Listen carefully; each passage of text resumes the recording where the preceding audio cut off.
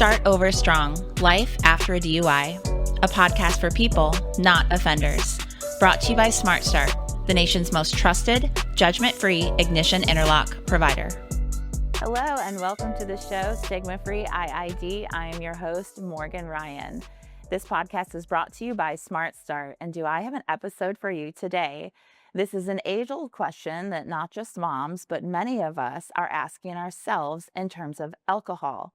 Do I have a problem? We're going to break that question down today. Very excited for the guests that we have. No stigma, no judgment. We're just going to bring awareness to this problem. We're going to actually go through a live test segment from the specialist himself, the expert on this, so that we can understand, hey, we've had a long week, right? Or a long day. Maybe I want a glass of wine. We'll determine if we do have a problem. This episode is not about calling anyone out. This episode is about calling ourselves in. So I'd like to welcome to the show today a personal friend and an expert. His name is Satchel Stillwell. We have had him on before. Satchel, welcome back to the show.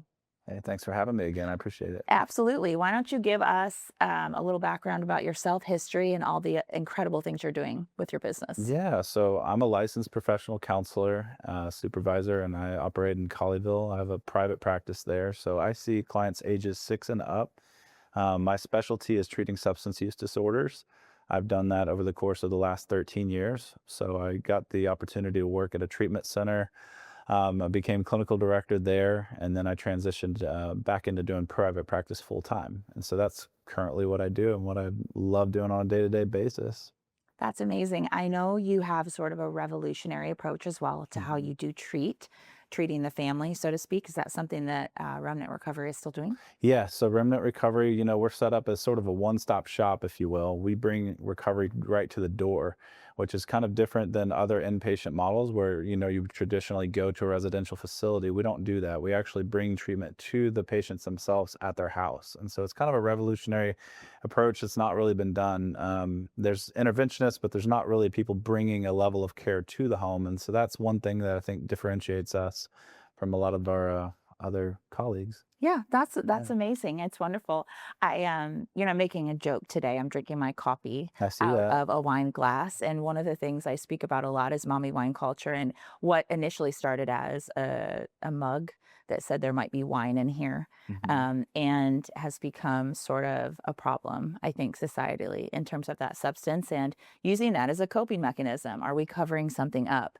And we know one thing is true about alcohol: it works. But it is temporary. It is a temporary fix, so to speak. And so we're going to dive in right away, and we're going to talk about if I have a problem or not. I do want to mention too the DUIs, which we've seen DUIs skyrocket in our female market. These are women who are overwhelmed or they're tired and they are going out for brunch, on a Sunday afternoon, and they're finding themselves getting a DUI. So this isn't just at home drinking behind closed doors, so to speak. It is a social question as well. Do I have a problem? And the one thing about DUIs as well, I always explain why I'm stigma free and judgment free, is that DUIs and alcohol misuse don't discriminate.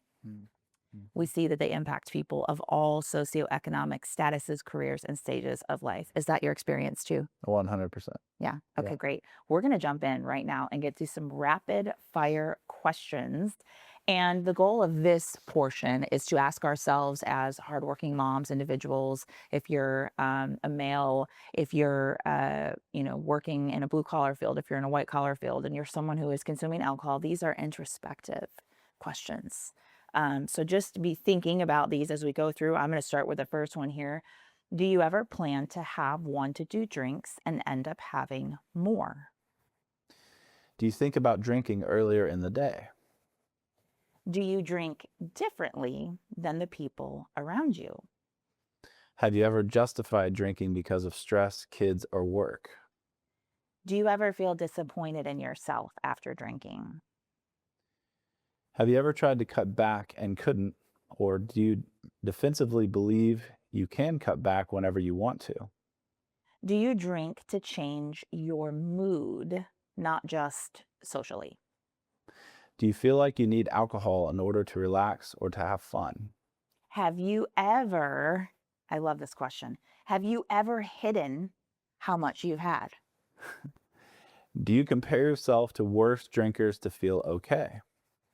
What does a yes actually mean?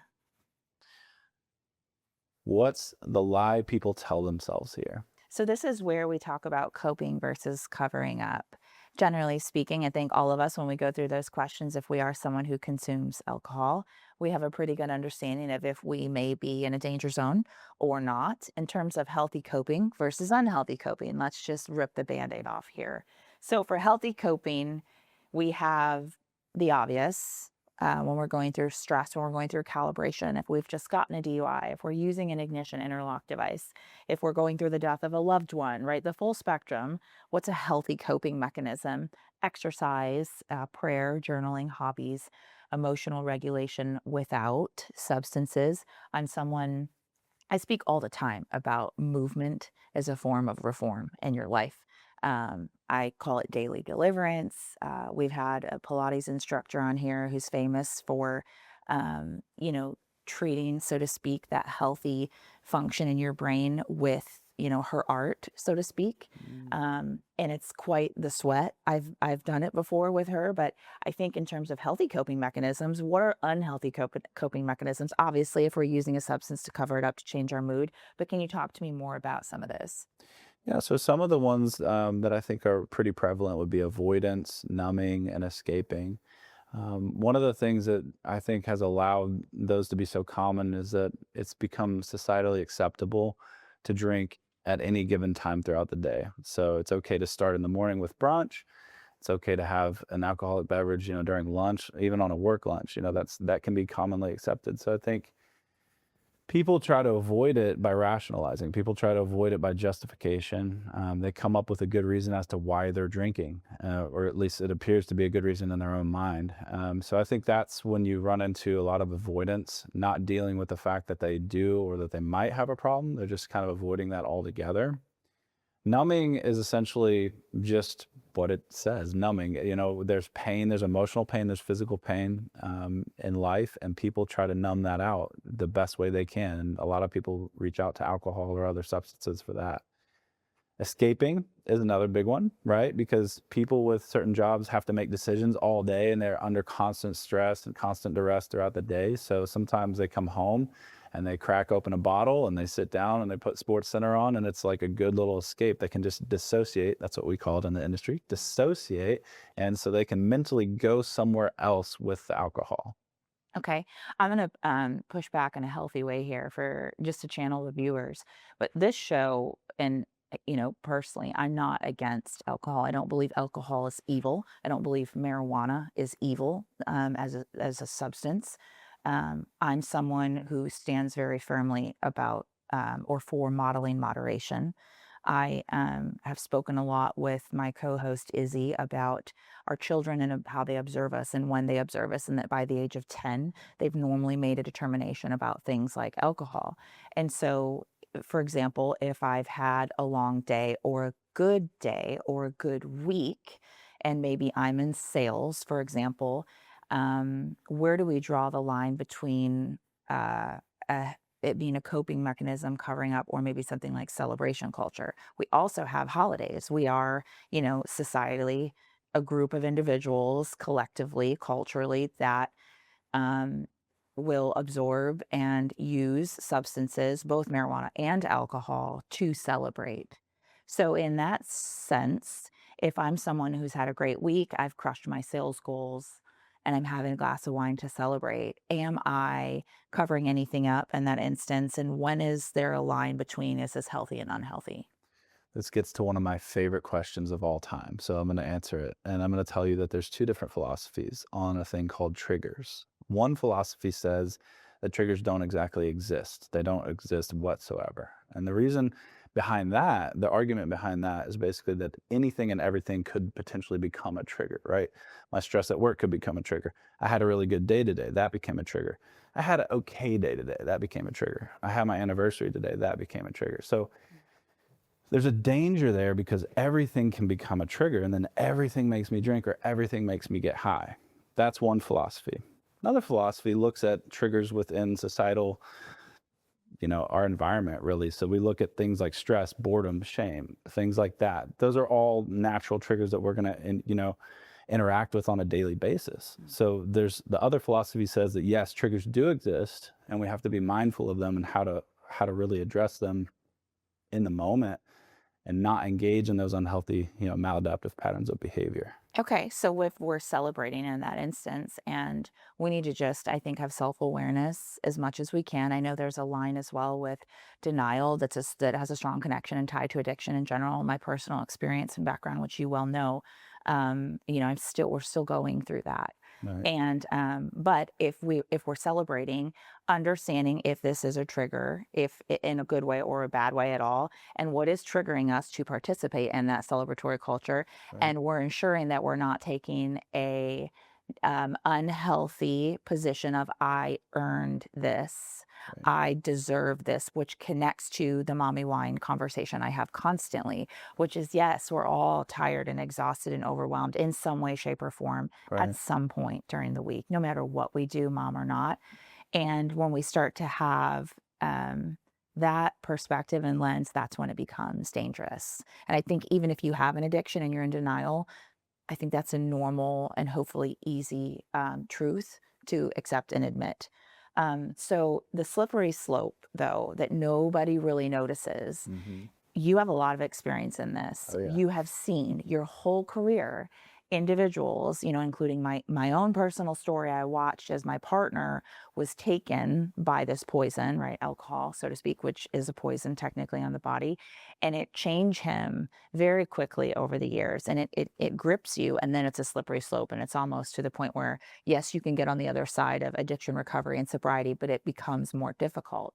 So no one wakes up and says, I want a drinking problem. It happens at some, in some instance. So talk to me about the breakdown and the stages in terms of how we can identify for ourselves if we're drinking, if we're slipping down a slope.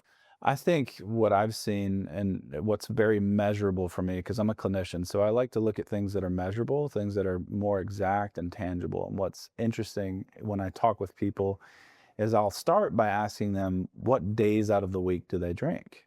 And you get a, a variable, like total different answers on that depending on who you ask. So some might say, oh, I only drink on Friday, Saturday, Sunday, right? This would be the general weekend Weekend in a drinker. normal working. Correct. Maybe a social drinker, right? So Mhm. only on the weekends, Okay. never during the week. Okay. Because I don't drink during the week, right? And what happens is over time, Friday, Saturday, Sunday turns into Monday. And then Friday, Saturday, Sunday, Monday turns into, well, Tuesday is Taco Tuesday and we got to have margaritas with the tacos because, so the alcohol becomes sort of like an accessory to the crime, if you will. Okay. Meaning the crime is just whatever it is you're doing at the time. The alcohol is like this accessory or this like addition to. And I think that's where the rationalization, the justification of social drinking begins. And then, as I said, those days start to increase. So now it's Tuesday, now it's Thursday, now it's Friday. And then pretty soon, after a while, you've got a person that's drinking every single day of the week, all 7 days of the week. So there's that progression happens quickly. Okay. So with things like COVID, for example, just to give you an idea, we saw alcohol consumption increase 56%. Wow. So there was a drastic increase, and we saw from the hard drinker becoming an alcoholic because they could no longer hide their drinking, right? So it escalated very rapidly. Yeah, and the days of the week were blurred, so to speak. I Yeah, remember seeing but cases of wine yeah, out, almost in everyone's, yeah. in my neighborhood. I think too, I deserve this. This is really using it to cope hmm with those external factors. I've earned I deserve this. this. Yeah, I earned this. And, emotional attachment then begins. Is it wrong though for me as like let's say for example, Morgan, I have, a full-blown week. I have, my role as a loving mother, and then I'm, making this podcast and bringing awareness to this conversation, having the tough conversations, and then is it wrong for me to allocate Saturday as my drinking day? Does that make me in a way unhealthy because like everything is scheduled, including brushing my teeth? Does that mean that I am uh, um, slipping down a slope if I'm like Saturday's the day? And what if I don't drink on that Saturday? Like, it's just, if I'm going to do it, I'm going to go out, I'm going to relax and relieve steam, and I don't have my kids with me. Is it okay for me to say that I want to drink on a Saturday, in your opinion? I think it's all up to the individual. I'm a big fan of something called choice theory, and choice theory would argue that I'm not in control of anyone else's decisions. I'm only in control of my own choices, right? Yeah. So I would never, make any kind of determination that whether that was a good moral choice or a bad moral choice, because I'm not you. Yeah.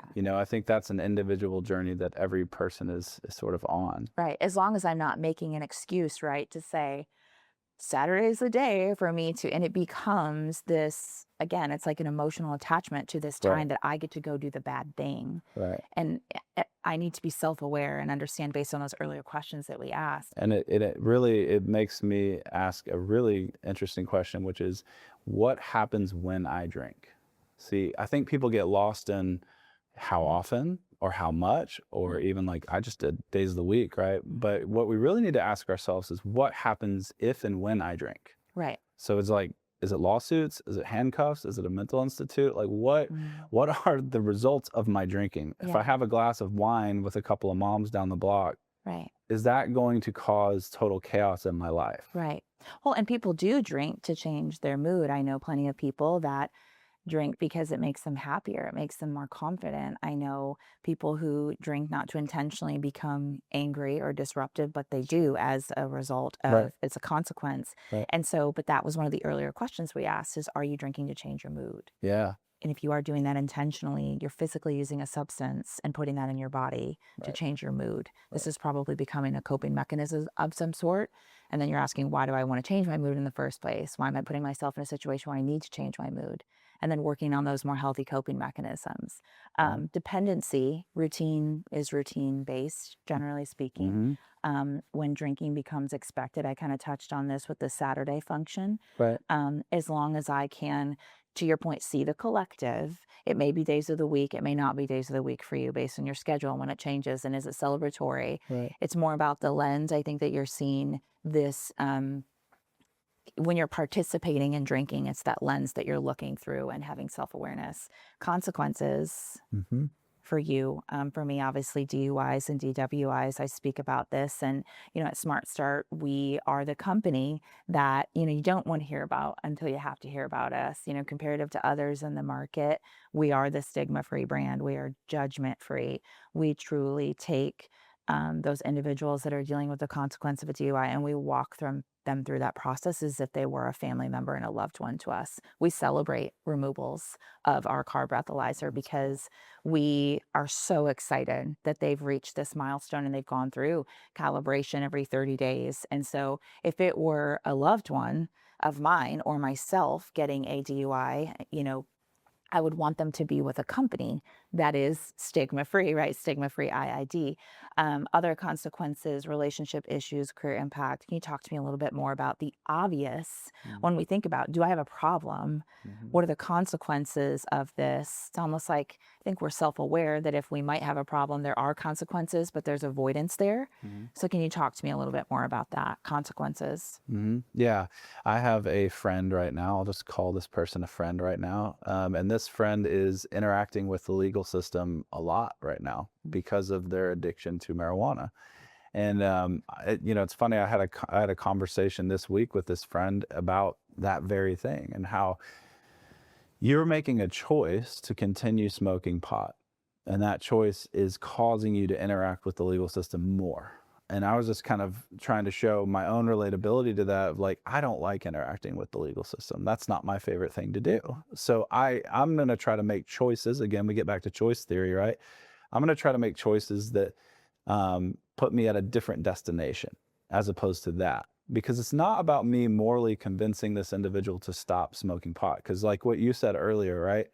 It's gotten so much more accepted within, our culture. It's gotten so much more accepted on a state level. I think 27 states it's illegal in now. Yes, is it 27? Yeah. So, I mean, that's an uphill battle that us as clinicians that we're fighting, because we've got parents that might be, we've got kids that definitely are. Yeah. And it's like bridging that gap of like, parents don't want their kids to be doing it, but yet they're doing it. Right. And how do you police that correctly as a clinician? I don't know. I'm working on that. I'll get back to Yeah. you on that one. Well, substances, I'm very passionate about substances, and we do have, that leads me into this next portion of the episode, mommy wine culture. And I see myself personally, I get a lot of advertisements for, um, CBD gummies, weed gummies as another option with no hangover and all these promises, right? To what? To covering up what they're physically being marketed and advertised as a coping mechanism themselves. They are a stress relief function. I've seen some that have melatonin in them as well. And so, but we become, I think I'm interested in, as a society, understanding that we have Gen Z. Our girls now and Gen Z binge drink more than their male counterparts. This is a crisis. We have these very sparkly alcohol aisles with rosé all day and all these things. And what they're doing, they're intentionally marketing towards young women. These young women become addicted because these, canned cocktails, they have 3%. On average, more ABV, alcohol by volume, than a regular glass of wine. And then what starts as a 4-pack isn't going to get me there anymore. So now I need to buy 2 4-packs. And we're using this during, exam time or whatever. And then they're creating basically, think about the customer loyalty there when they get to real life problems as a mom and a dad. And, I'm helping a sick loved one. And so we see addiction and intentional marketing beginning quite early.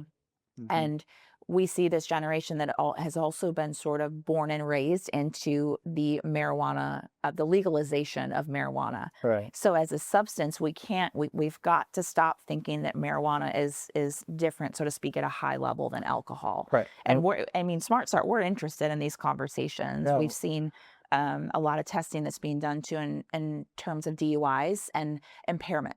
And we've got to start thinking about legality not changing that. I think people get so caught up in, is it legal, is it not legal? And it's like, alcohol is legal. Right. And it kills almost 500,000 people per year. Yes. So what does it matter if it's legal or it's not legal? Yes. That's the part where I Right. as a clinician, I'm lost on that discussion, because I'm like, Yeah. I don't see that it matters one way or the other. Yeah. You said the word destination. What an incredible, that just blew my mind. Even as a mom who I do drink wine, I'm out of moderation. What's the destination here? If I'm celebrating, if I'm with my friends, if I'm at a birthday, if I'm, whatever, at the stockyards, what's the destination in a year from now or 2 years from now or 3 years from now? If I'm that person that's drinking, only on Friday, Saturday, Sunday, and then eventually knowing it might slip into Monday, and then Taco Tuesday, and then Thirsty Thursday, and then all the things, right? Sunday brunch or whatever the terms are. What is the destination? And I think that's where the healthy coping mechanisms come in, because I myself, I talk about the conundrum of being someone that works very hard in the gym. And I'm curious about how, if I'm focusing on my macros and my protein and I'm working really hard, maybe I'm not that serious. Maybe I'm just someone who's trying to go 3 times a week. And if I'm drinking alcohol, what is that doing to my body? Is it take away all the work that I just did? I've done an episode on that with Molly Denman. She's the Pilates instructor who talks about how alcohol metabolizes in a woman's body. And have I undone the work I just spent all week if I do drink on a Saturday? But I think seeing what is the destination, I'm spending all this time at my job with my kids, building a family, working hard. And is it okay with me for a substance to come in and eventually over time maybe lead me to a destination where a consequence is a DUI? I think destination is a great word. Yeah. And at this point, I think in the episode, let's take a quick break. When we come back, what we're going to do is go through some assessment questions. These are the live time assessment questions that I unfortunately have had to sit through. Maybe not unfortunately, but I've had to sit through before personally with my ex-partner. And so we're going to go through those questions in just a moment. We're going to take a break.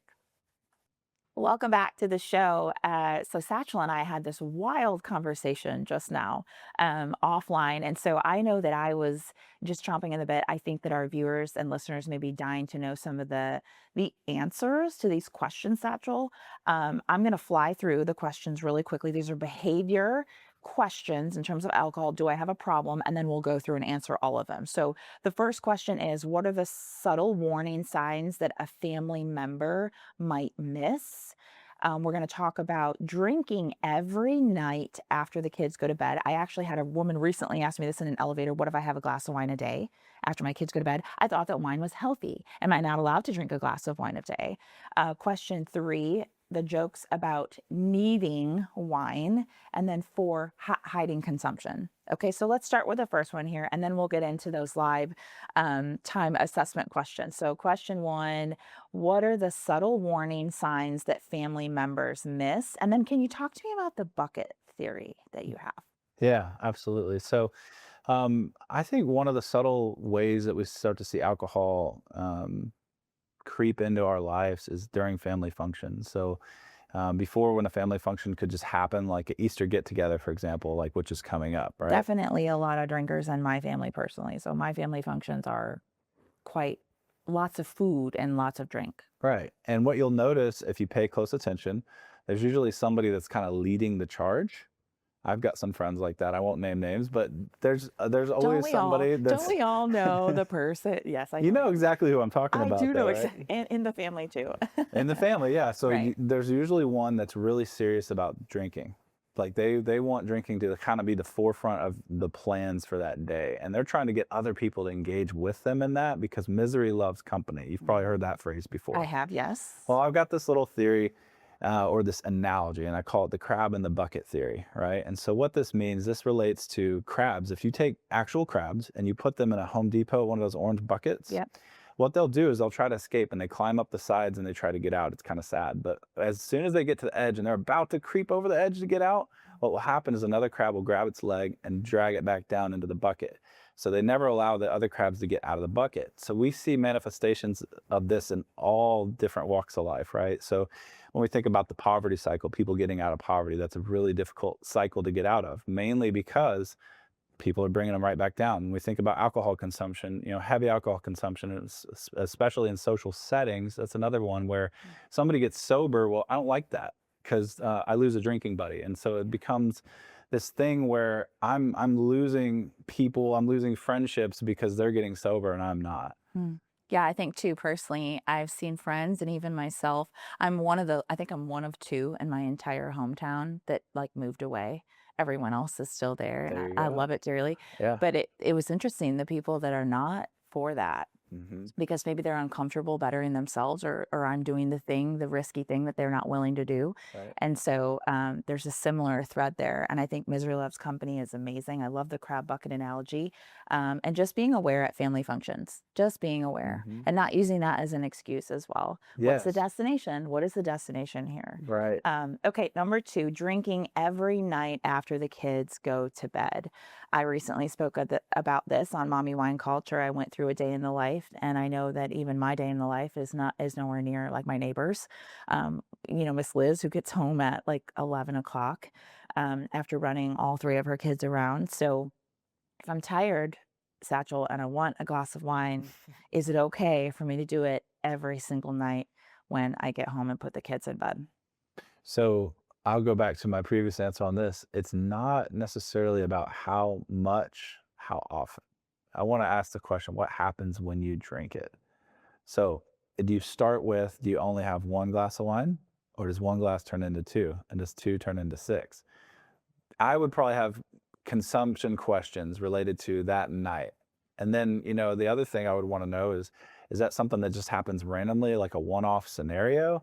Because that to me is not as big of a deal, right? But if it becomes a pattern of behavior to where it's Monday, Tuesday, Wednesday, Thursday, all throughout the week, then I think we have a serious problem. Yeah, I would agree with that sentiment. That is a Morgan Ryan opinion and a Satchel Stillwell opinion. If you are drinking a glass of wine every single night, Monday, Tuesday, Wednesday, Thursday, Friday. And they just recently did the study that showed that there is no actual health benefit to consuming alcohol. Okay, we will look to find the study and we will source that. Yeah. And it's the pattern. It's seeking and understanding my pattern of behavior. And am I now using a substance to cope? Yes, you are. If you're drinking a glass of wine every night, specifically after the kids go to bed, and I understand that may not be something that our viewers want to hear, Yes. but we're adults having adult conversations, Right. and this is how we affect change and impact. We don't judge. We come to the table and we talk about the real facts and reality. One thing you mentioned was this word need. Okay. Mm-hmm. When I hear people say, I need a glass of wine after I put the kids to bed, that's another just subtle hint. Like, okay, if we're talking about need, we're talking about necessity. If we're talking about necessity, we're talking about dependence. Yeah. If we're talking about dependence, we might have a problem. Yeah, emotional or physical. Right. In this instance. Yeah. Needing wine is really kind of the third question here. Making jokes about it. Mama needs a glass of wine, mama. And I say this very clearly. I don't think it's cute, and it's just not cute anymore to joke about needing a substance. It's my personal opinion, as a high performer that loves my children, and I'm a hype girl. I'm the girl that wants everybody to succeed. If you are chasing towards your dreams and they are safe, healthy dreams, I am for you. I am a people person. I am a go be successful. I believe, God gave us all very unique talents, gifts, and abilities, and we should pursue those and chase them, right, without abandon and perseverance, right? Run the race marked out for you. Right. However, if we are saying I need something while or if alongside those dreams, that's what we're doing, I don't think that it's something societally that we should be doing any longer. I talked about how on Halloween this past year, there's a famous influencer that I loved, and I was so disappointed to see her joking about a Yeti that she had a tea bag in, which was really full of alcohol, walking around joking that she was hiding this from, right, her kids. And I just thought, how disappointing. That's, yes, an opportunity to model moderation, show your children that you're having a drink, but also question the perspective of why you have to drink when you're celebrating this really great moment with your kids, right, once a year. Right. So needing wine, if you say you need it, obviously, to survive or live or have fun, you likely have a problem. Is that right, Satchel? Yes. Okay. And then hiding consumption. Talk to me about hiding consumption. And this is such a slippery slope. This one is so slippery. I just talked about the Yeti. I'm someone who has found, empty things in my couch and hiding alcohol. And we had Peter Lochnick on here. He's in sobriety. He's one of our main influencers for the brand. And I think he's 4 or 5 years sober now. He did a bunch of white chips in the beginning, which is a term for those that may not know. It's a certain term in a program, white chipping, which means you sort of backtrack. You're in sobriety and then you drink again. He talks a lot about having, he would hide vodka in clear water bottles in the garage. And so hiding consumption, it can range from what feels like a simple thing. I'm on Halloween with my kids to I'm actually slugging vodka out of a water bottle in the garage. So if I'm hiding something at any point in the spectrum, does that mean that I have a problem? I just love the parallel, like you telling that story about the Halloween night and how it parallels nicely with this, because I think it a lot of times starts with this idea of pre-gaming. It's something pretty common and something that gets joked around a lot about, but I think it's definitely indicative of a problem, because there's something in you that says, I need to have 1, 2, 3 drinks before we're even going out. Right. And then obviously, minimizing that and not speaking about that honestly, or not speaking about that at all, really. That happens too. So there's just this rationalization, justification, and it continues to be a problem. Yeah, I agree. Yeah. Okay, with this or with that, we're going to go ahead and get into the live test segment. So Satchel, without further ado, please take us through the 11 questions. And I want everyone to be mindful as they think about these questions. We have a rating scale here. If you answer 0 to 2, yes, I want you to be mindful and aware that you have answered 0 to 2, yes. If you answer 3 to 5, this is probably a time for you to pause and reflect on where you are. And 5 or more is a strong indicator that you need to reassess your relationship with alcohol and speak to a professional. So Satchel, take it away. Yes. Okay. And I just want to clarify, this is not an assessment. This is just an assessment tool that we're reviewing here. So question number 1, have you ever drank more alcohol than intended over a period of time that was longer than intended? And each of these questions are just simple yes or no's. Have you ever tried to stop drinking alcohol and been unsuccessful in doing so? Do you spend a lot of time obtaining alcohol, using alcohol, or recovering from the effects of alcohol consumption?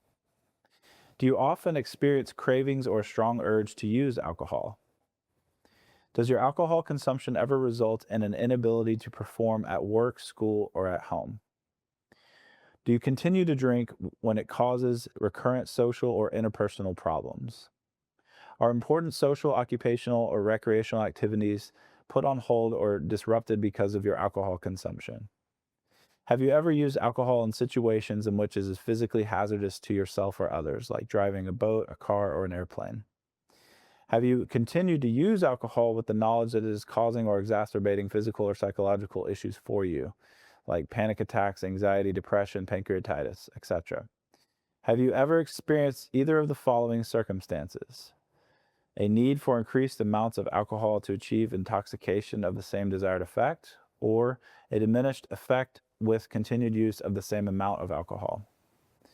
Have you ever experienced withdrawal as manifested by either of the following? A recent ingestion of alcohol, inappropriate sexual or aggressive behavior, mood lability, impaired judgment that developed shortly after alcohol ingestion. Alcohol or benzodiazepine is taken to relieve or avoid withdrawal symptoms. And have these 12 symptoms been present over the course of the last 12 months? Wow. Thank you, Satchel, for taking us through that assessment. We will go ahead and put all of those questions up as well for everyone. I do also like what's called audit, alcohol use disorder identification test. The reason I like audit, it's similar to what we just went through, and it will help you determine if you do indeed have a problem. It is an assessment that is run by a privately owned company, which I love. There is also obviously a formal test that you can take as well on the CDC's website. I will go ahead and link Remnant Recovery for you as well. Please feel free to even text Satchel, call Satchel, and ask him directly if you have a problem. Satchel, I'm sure you'd be willing to help our viewers. Absolutely. Okay, any additional advice around awareness and the assessment, and do I have a problem for our viewers and listeners today? Just one thing I would challenge people to look at is just alcohol in general and how it impacts their life. And ask yourself a very simple question, one that we didn't ask yet, is does this add value to my life currently? Or does it detract value? I think that's a really honest, open question that we can ask ourselves introspectively without getting into shame and guilt and all the other stuff. Yes. It's just, does it add value? Yes. Thank you so much, Satchel. Phenomenal episode today.